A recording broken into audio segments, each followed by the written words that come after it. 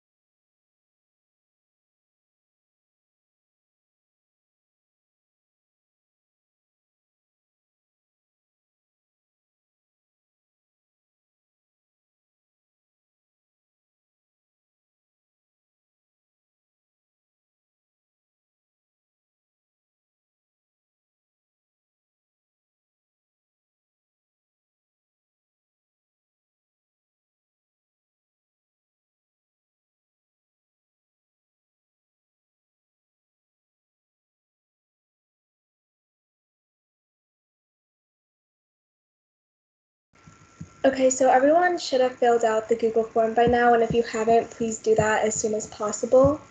In the meantime, the leads are going to go around and introduce themselves first, and then we'll get to know you guys.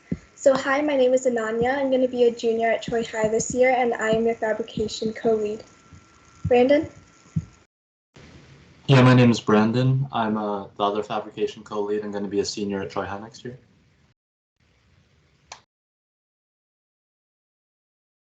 Hi, I'm Shreya. I'm going to be a junior at Troy High, and I am one of your safety captains. Hi, I'm Kastub. I'm going to be a senior next year. I go to Troy High, and I'm assistant fab lead. Hi, I'm Urvi, and I'm a safety captain, and I'm going to be a junior at Troy High. Hi, I'm Ananya K, and I'm going to be a sophomore at Athens next year, and I'm a safety captain. All right, now we're going to have you guys introduce yourselves, so if you guys can just go around and say your name, grade, school, previous first experience if you have any, and then answer the question at the bottom. If you could be in any reality TV show, which one would you be in and why? You guys can just unmute and talk, or I can like go down the line and start calling on people.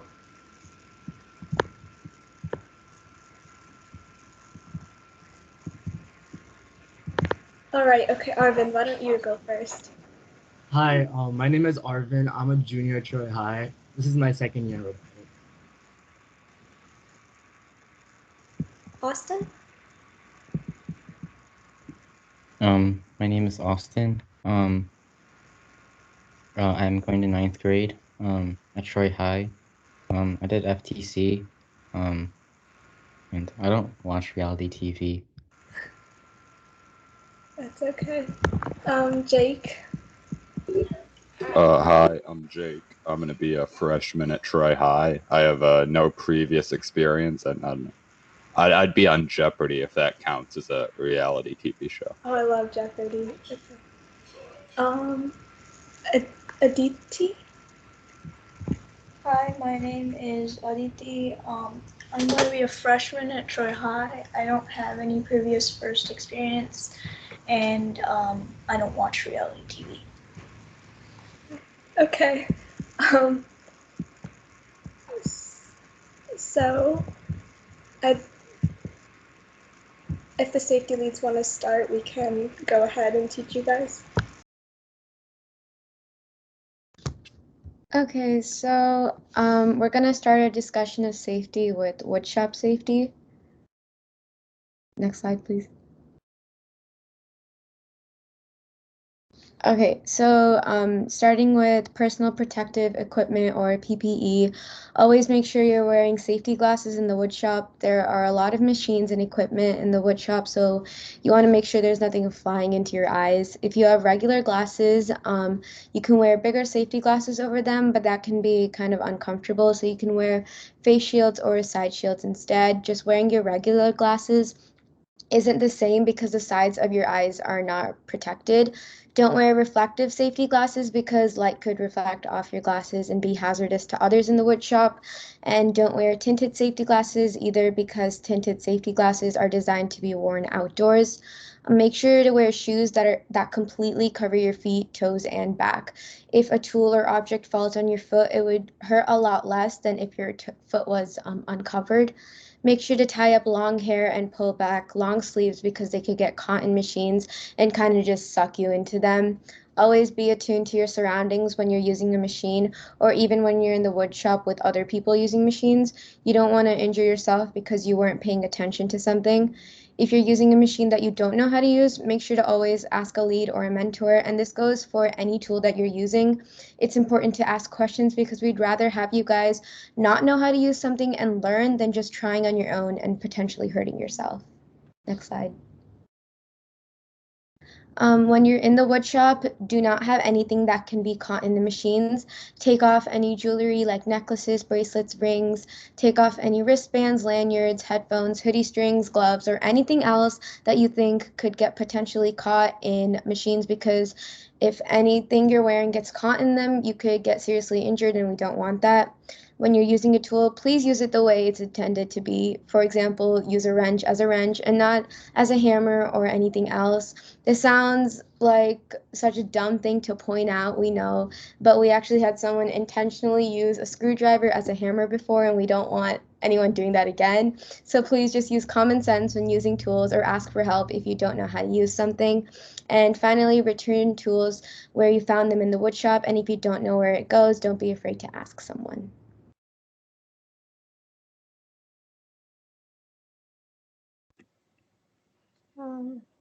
Okay, so if you do end up dropping a battery, you should tell a lead or mentor right away. And if a battery ends up leaking, you want to tell a mentor. Then get some gloves so you can prevent the acid from touching your skin. Use baking soda to neutralize the acid and carefully place the battery into the container. If the acid does end up touching your skin, rinse the area with water to prevent any chemical burns or skin irritation.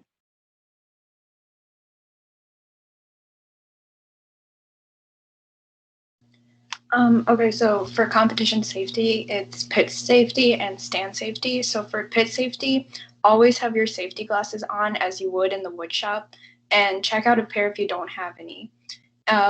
You should always wear closed-toed shoes. Make sure that there's no open-toed shoes in the pit area. If you're not scheduled to be in the pit, just don't be there because it gets really congested really fast. So like be where you're supposed to be. And don't mess around or have any horseplay because it just helps out the kids who are working on the robot. And listen to your mentors and leaders at all times because it's only going to help you. So now can you guys enter in the chat? This is going to be for attendance purposes. What do you always have to do when you have the battery and when you drop the battery, and what must you remove in the what must be removed in the workshop?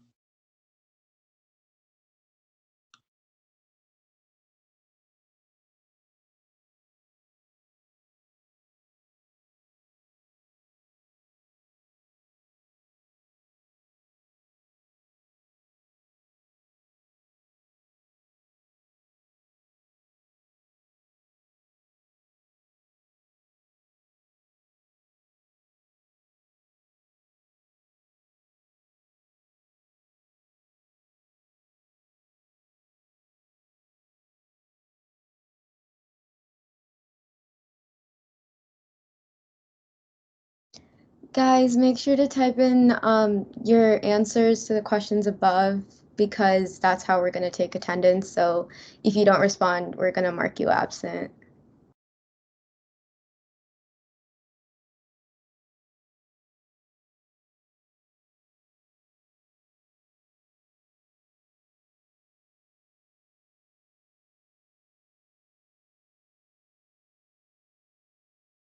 You can go to the next slide, Ananya.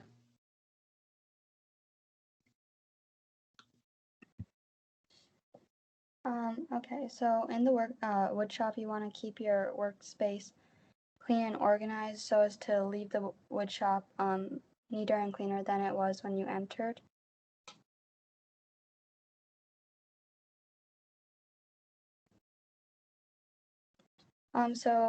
One part of cleaning up is that you have to return all the tools back to the toolbox. And if you have unfinished work, then clean up as much as you can and use the boxes or bags for any unfinished assemblies.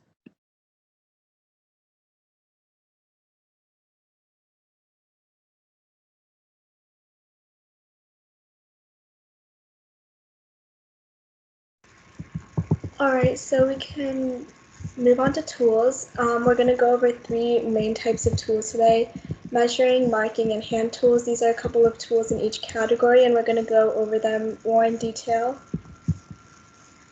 All right, okay, so we can start off with measuring tools. When we measure, it's important to remember the rule, measure twice, cut it once. You always want to be sure that you're not accidentally cutting too much off, because you can always make it shorter, but you can't exactly reattach a piece that you accidentally cut off. We use several different tools to measure our material, or stock as we call it.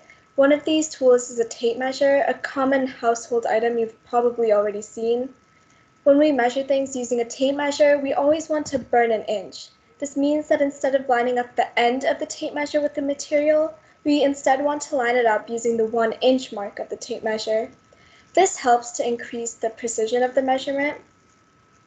Another measuring tool that we use is the square. The square is used for creating perpendicular lines on pieces. There's a picture of a square on the right there if you look. And the last measuring tool is a caliper. This is the most accurate measuring tool that we use in the wood shop. If you look at the picture of the caliper on the slide, you can see that it has 2 jaws. You line up one jaw, like the end jaw, with the end of the piece, and adjust and line up the other jaw with the other end. The caliper then measures the distance between the 2 jaws and displays the measurement. It's very important that you zero the caliper out after every use so that we get accurate measurements.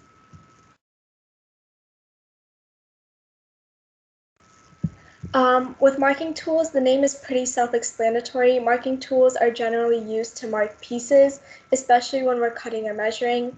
The first marking tool we'll go over is the scribe. It's a sharp pointed tool that's used to mark lines on a piece, and it's very thin. It's the most accurate marking tool we use. Next is a center punch. The center punch is a spring action punching tool that makes an indentation into stock. We use the center punch to mark pieces when we're drilling something. So for example, let's say you're drilling into a piece of metal. You first want to use the center punch to make a small indentation into the metal in order to guide your drill and prevent it from drifting or walking. It's important that your center punch is in the right spot when you're drilling. The last measuring tool is a marker, a thin Sharpie or something like that. You only ever want to mark pieces with a marker when it's all right to have a rough approximation. Basically, when you don't need a precise marking, because the markers tend to be thicker than something like a scribe, giving us less accurate measurements.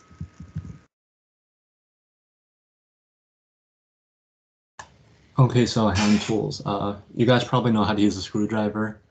You can use them to loosen and tighten screws and bolts. You should try to use the right size so that you don't strip the bolts. So stripping is when you keep missing it, which causes it to break part of the bolt, which makes it harder to loosen or tighten. You can also use like flathead screwdrivers as a wedge if you need to do something like that. Wrenches, we use them to loosen and tighten nuts. Yeah, so a nut is just like a small hollow circular cylinder. Like you should, are they there? Yeah, they're there. It's on the bottom right-hand corner of the wrenches. And then saws, we just use them to cut a piece. We usually use 2 kinds of saws, hacksaw and reciprocating saw. Hacksaw, it's more accurate because you're doing it by hand. Reciprocating saw, it's electric powered, so it goes a lot faster, but it's less accurate. Next, we're going to talk about machinery.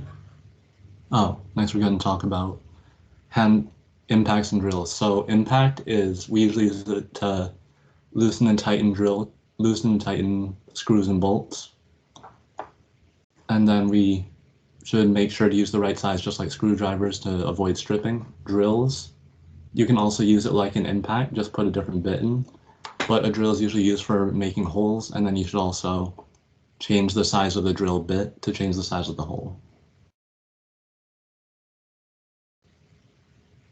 Okay, so the next hand tool is a file. We use these a lot.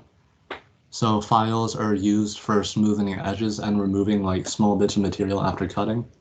So if you just like cut a part, it's going to be pretty sharp, and that can be dangerous to have in the robot with a lot of people moving around and touching it. So that's why I would probably file it. Allen keys, we use these a lot as well.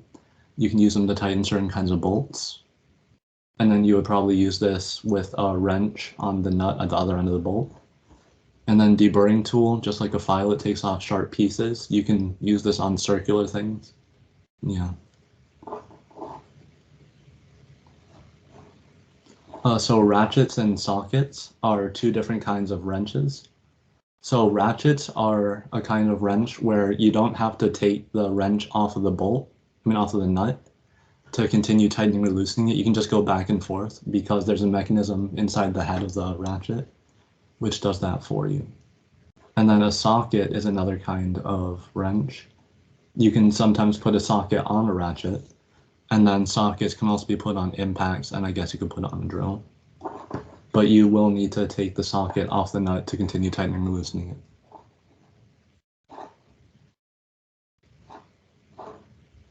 So we call our material stock. It's just a fancy term we use. And there are several different types of stock. We won't go into too much detail here since you'll familiarize yourself with the types of stock as you get on more hands-on experience during training and even build season. But just know that there are different types of names for the different shapes that you see here. Before we talked about tools that can be used to tighten and loosen bolts and screws, but we didn't talk about what they actually are. So bolts and screws can both be used to fasten materials. The difference between them, however, is that while the threads of the screw mate with the material, it is turned through to hold the screw in place. A bolt, on the other hand, is not self-tapping, and it requires a nut to stay secure. So when you're naming bolts and screws, you name it using the format diameter times threads per inch. As you can see at the bottom, like there's an example, 1/4 by 20, 1/4 is the diameter and 20 is threads per inch. There are a couple types of bolts and screws that we use in the wood shop. You'll become more familiar with them as the season goes on, so I won't really go over them. But if you want to take a look at this diagram, we'll be sending the slides out after this meeting, and there's also the recording will be posted.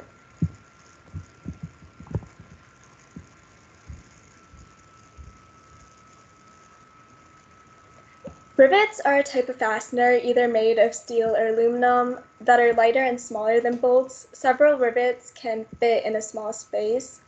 Rivets don't require a nut, so they are very helpful when access to both sides of the material is limited, but they are also harder to take out as it requires drilling through the rivet. And sort of like naming bolts and screws, we also use the diameter to name rivets, but in the format of diameter times grip range. Yeah, so we use washers to increase the surface area of the nut or a bolt. So when you're fastening on a weaker stop, like something thin, then you want to spread out the force so it's less likely to break through it. And that's when we could use a washer. It also makes it more distance from the stop in case you want to mess with that. Okay, that was very quick, but we just got through day one. Was that We still have an hour left. I know we have an hour left. Let's do the Kahoot, and then if you guys just want to hang around and we can get to know each other better, we can do that. But let's play the Kahoot first. Oh, also, we should mention that you will be tested on all of this at the end of boot camp on the last day. The slides will be sent out and the recordings will be posted. So like if you guys want to review before the test, you guys should do that.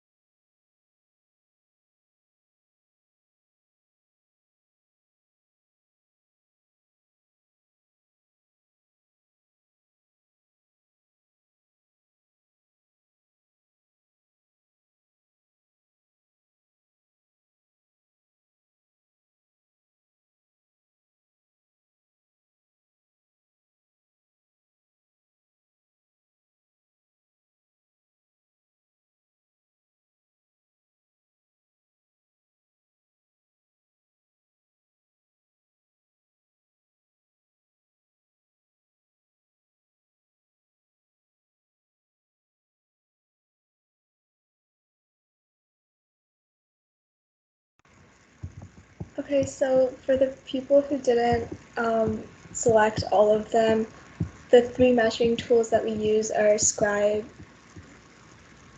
No, wait, no. The two measuring For tools. squares and rulers, measuring stick, meter sticks, and tape measures. Mhm. You can also use a machine. Right.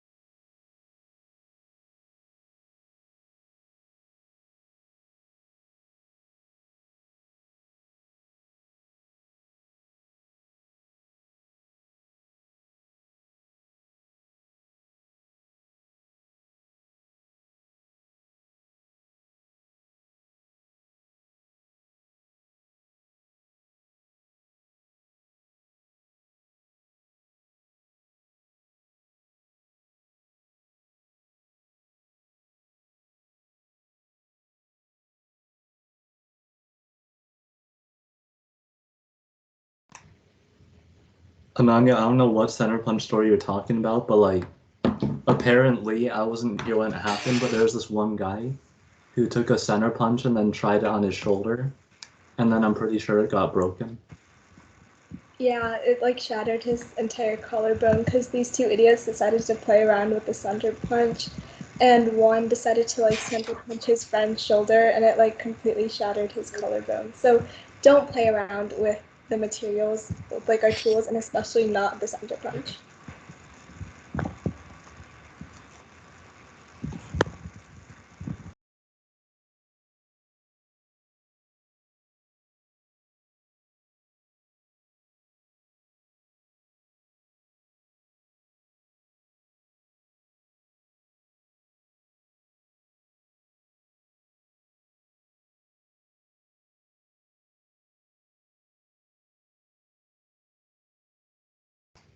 Okay, wait, no. This one and the red one and the yellow one for that one were both technically right. Because bolts and nuts are on opposite ends. So if you're going to tighten a bolt, you're going to need to also have a hole on the nut, and same goes both ways. Okay, wait, let me go back to that question. Austin, you beat Jesus, good job.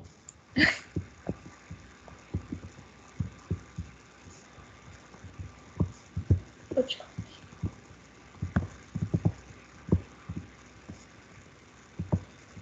Here, it's this one, right? Yeah. What was Okay, your so you use sockets and Allen wrenches to tighten bolts and nuts. Because the nut goes on the other end of the bolt. Okay, sorry guys for making you guys all get that wrong. You guys are technically right. Okay, let me stop screen sharing. So what you guys want to do now? We have 2 hours. Oh, no, we have an hour. I thought it ends at 8. Yeah, it ends at 8.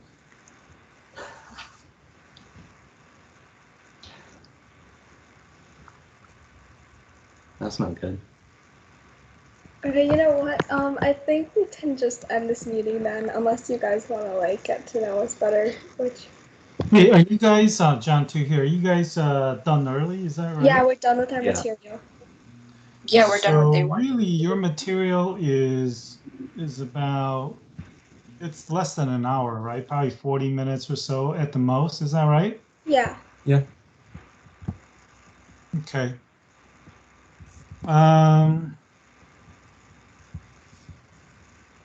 I think we're gonna switch it up a little bit. Can you guys do your presentation tomorrow, like earlier? So instead of general team meeting, I think we could swap the general team meeting so that they could occur in the future. But I mean, you know, next week doesn't have to be during the boot camp, but have you guys go like at the time that the general team meeting is going? I can't make that time.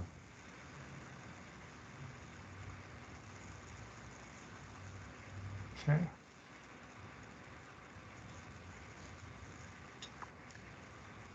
I think we can take care of it. We'll figure out something. Okay, why don't we all right, then we'll just continue as currently scheduled, but okay. Can you guys make sure you send me a training folder of your materials? Yeah. Okay. All right. Guess you guys are done today then? Yeah. Okay. All right. Bye, everyone. Okay. Bye, everyone.